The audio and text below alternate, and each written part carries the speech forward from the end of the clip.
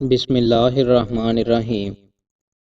رسول اللہ صلی اللہ علیہ وآلہ وسلم نے ارشاد فرمایا، شیطان تمہارے ہر معاملے میں حتیٰ کہ کھانے کے وقت بھی حاضر ہوتا ہے۔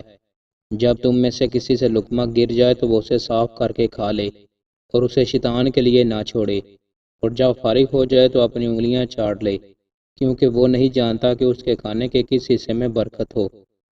رسول اللہ صلی اللہ علیہ وآلہ وسلم نے ارشاد فرمایا، اللہ تعالیٰ غیرت مند ہے اور بے شک مومن بھی غیرت مند ہے، اور اللہ کی غیرت یہ ہے کہ مومن اللہ کی حرام کردہ چیز کا ارتکاب نہ کرے۔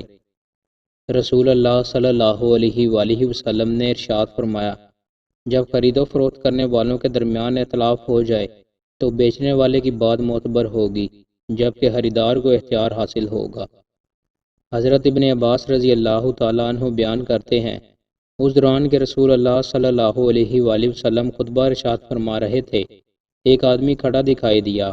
آپ صلی اللہ علیہ وآلہ وسلم نے اس کے متعلق دریافت کیا تو صحابہ نے عرض کیا، ابو اسرائیل ہے، اس نے نظر مانی ہے کہ وہ کھڑا رہے گا، بیٹھے گا نہیں، وہ سایہ میں بیٹھے گا، نہ کلام کرے گا، اور وہ روزہ رکھے گا۔ نبی صلی اللہ علیہ وآلہ وسلم نے فرمایا، اسے حکم دو کہ وہ کلام کرے، سایہ میں بیٹھے اور اپنا روزہ پورا کرے۔